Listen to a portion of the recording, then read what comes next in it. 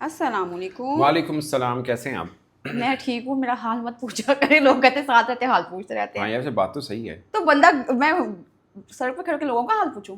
एक दूसरे का ही हाल पूछते हैं। हाँ, कैसे हो आप? ठीक हो? मैं ठीक ठाक। मैच देखा आपने? हम्म। इंडिया वर्सेस वेस्ट इंडीज का। हाँ, देखा। बहुत से लोग कह रहे हैं कि जायसवाल को आउट कराने में गिल का बड़ा हाथ है, उसकी वजह से आउट हुआ है, सेल्फिशपन दिखाया है गिल ने। आपको क्या लगता है? हाय, असल में बताऊँ, इतनी लंबी पाकिस्तान आ इंडिया, ये हाँ, दोनों जो फैंस हैं ना, बड़ी जज्बाती। जो कोई जानबूझ के तो खैर कोई करवाएगा नहीं। हम्म। इसके दो हैं। एक, ये जब आप रन लेते हैं ना, तो डेंजर एंड पे कौन आ रहा है? अगर डेंजर एंड पे आने वाला बंदे की कॉल है ना कि मैं आ जाऊंगा, तुम भागो, हम्म।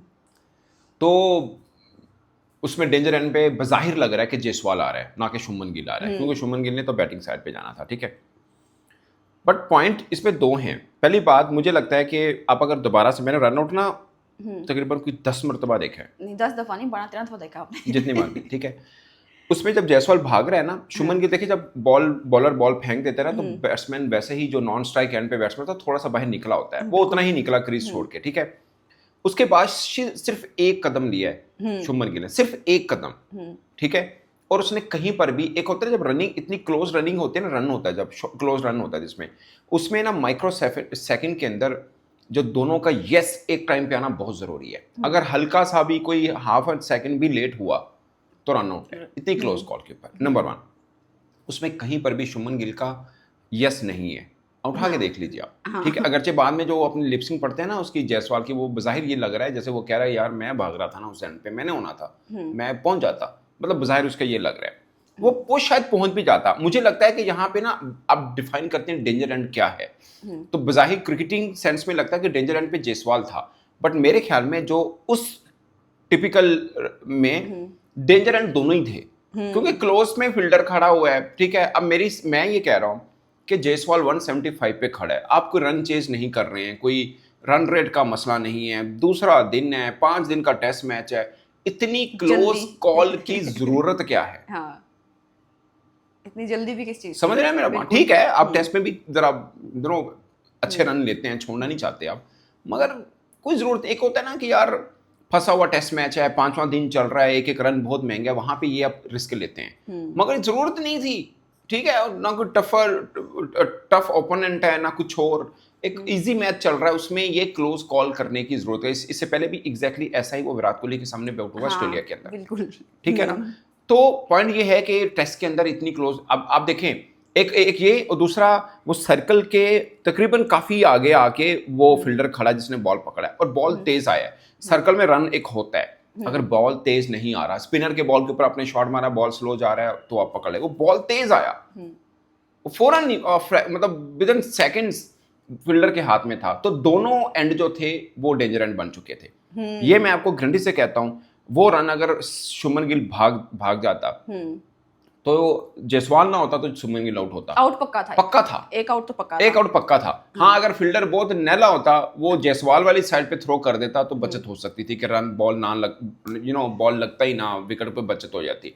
मगर थोड़ा सा शार्प, अगर उधर फील्डर कोई और, मतलब थोड़ा दिमागी तौर पे तेज भी हो, अगर शुभमन गिल भाग भी रहा है, तो उसको समझ में आ रहा है कि भाई जायसवाल तो हाफ विकेट पे आ चुका हुआ है, शुभमन गिल भाग रहा है, तो मैं थ्रो, अब देखिए ना, जहां से जायसवाल मुड़ा है, ठीक है, मुड़ा है, लेकिन वो हाफ पिच से मुड़ा है, तो शुभमन गिल उससे काफी पीछे था, तो शुभमन गिल भी भागता तो आउट था। एक आउट जरूर था, वो रन ही गलत था। तो आप अगर ये कहें कि शुभमन गिल ने सेल्फिशनेस दिखाई है, तो मेरे ख्याल में गलत है।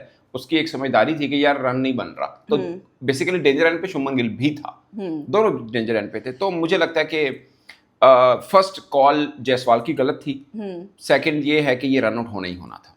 200 बेचारे का रह गया। This is what cricket is, वरना 200 हो जाता। अच्छा, मैंने अक्सर देखा है कि एशिया कप में भी जो बैटर्स हैं ना इंडिया के, मोस्ट रन आउट होते हैं, जैसे कि अभिषेक शर्मा, वो भी रन आउट हुआ था एक में। तो भागने में इतना, भागने में क्रिकेट है, उसमें हो ही जाता है। पर ना मैं बताऊं, क्राइम है टेस्ट क्रिकेट में रन आउट होना। ये ऑस्ट्रेलिया में भी एक बार आउट हुआ है जायसवाल। टेस्ट क्रिकेट में मतलब वाइड बॉल में ना आप रिस्क ले लेते हैं यार, सर्कल में रन लेने हैं आपने, आप ले लेते हो। अगेन टेस्ट में 3 दिन पे आने हो, 3 दिन में इनकी नहीं चलती है। मैं लिख के मैं आपको बताता हूँ, कल मोस्ट प्रोबेबली ये मैच खत्म हो सकता है, नहीं तो परसों के फर्स्ट सेशन में मैच खत्म होगा, तो की करना है? कोई रन रेट का प्रॉब्लम नहीं, कोई किसी को रन की भूख नहीं, कोई चक्कर नहीं, तो क्या मतलब क्या है, एक रन के पीछे आप अपनी विकेट, रिस्क है या नहीं है, पहला सवाल ये है। बिल्कुल। जायसवाल खुद अपने आप को जब बैठा है ना, वो गुस्सा करने के बजाय कि यार मेरे से गलत हो गया, अगर वो ये सोचे ना कि क्या वो रन था या वो रन जरूरी था, तो उसको जॉब मिल जाएगा इसमें। बिल्कुल। अच्छा, वो आपने देखी है कैप्टन बन के गिल ज्यादा ही फॉर्म में आ गया, हाँ अच्छा यार, खेल रहा बिफोर है। कैप्टन 32 मैचेस में उसके 500 हैं, आफ्टर मीन कैप्टेंसी 7वां match 500 decorated, well decorated, 754 run England में भी किए हैं। तो एज ए कैप्टन वो प्रेशर भी ऑब्जॉर्व कर रहा है और खेल भी तगड़ा रहा है। और मैं आपको बता रहा हूँ, वनडे का कप्तान हो गया, टेस्ट का हो गया, after T20 world cup he will be the captain of team India T20, मेरा ख्याल है।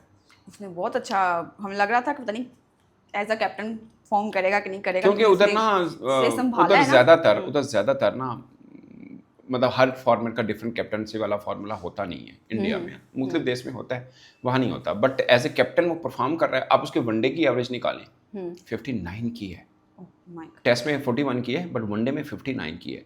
सो वनडे में ज़्यादा तगड़ा प्लेयर है, और T20 में भी ठीक है, ओपन करता है। मगर इसके कैप्टन बनने पे एक हो जाएगा कि इनके ओपनर्स 3-4 हैं, उनका रास्ता एक तरह से बंद हो जाएगा अगर ये T20 का बनता है। बट बात टेस्ट क्रिकेट की हो रही है, और टेस्ट क्रिकेट ही इज प्लेइंग सुपर। इतने स्टार्स हैं, कितनी लाइन पे खड़े हुए हैं जिनकी बारी नहीं अभी तक आ रही, ये भी तो हर देखिए देश में होता है। हाँ। पाकिस्तान में भी जब एक पीक पे हम क्रिकेट खेल रहे थे ना, जब हमारा भी मिडल ऑर्डर बहुत तगड़ा होता था, आप जब आमिर सोहेल और सईद अनवर होते थे, तो कितने ओपनर्स को चांस मिला है? नहीं मिल पाया, क्योंकि दोनों डेकोरेटेड थे। आपके जब मोहम्मद यूसुफ, इंजमाम, यूनुस खान खेल रहे थे, तो मिसबा जैसे प्लेयर की बारी नहीं आई थी तो जल्दी। माजी की बातें, यादें माजी अजाब है यार, मैं- छीन ले मुझसे हावजा मेरा। अभी जो सिचुएशन है उसकी बात करें ना यार अभी की मैं बात अभी कर तो रहा हूँ, कहाँ अभी एक भी टैलेंट नहीं मिल रहा, जो मिलता है उसको ऐसा फ्लॉप कर देते हैं, दोबारा नजर नहीं आता। मैं आपको बताता हूँ अभी क्या सीन चल रहा है। देखिए, जब बाबर रिजवान खेले थे, तब हमारे ओपनर्स को बारी नहीं मिल पाती थी।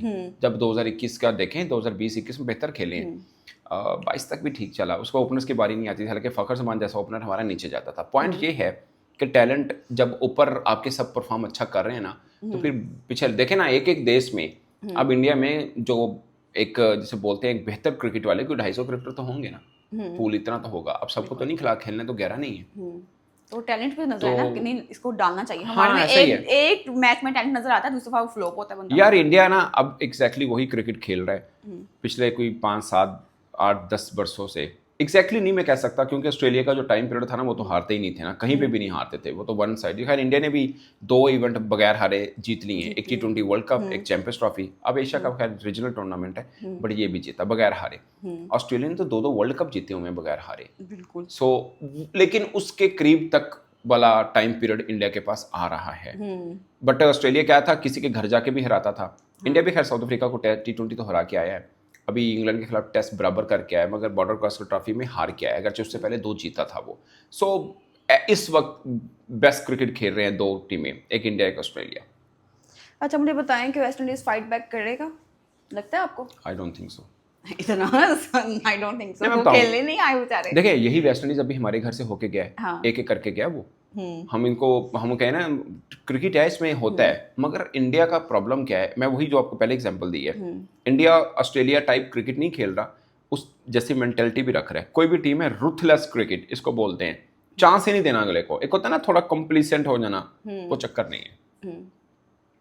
आप देखें 100 करने के बाद भी कोई थ्रो नहीं की विकेट, डिक्लेयर कर रहे हैं विकेट थ्रो नहीं की है, होता है ना डिक्लेयर ही करना है, चलो मारी जाओ देखी जाओगे, नहीं वो भी नहीं किया।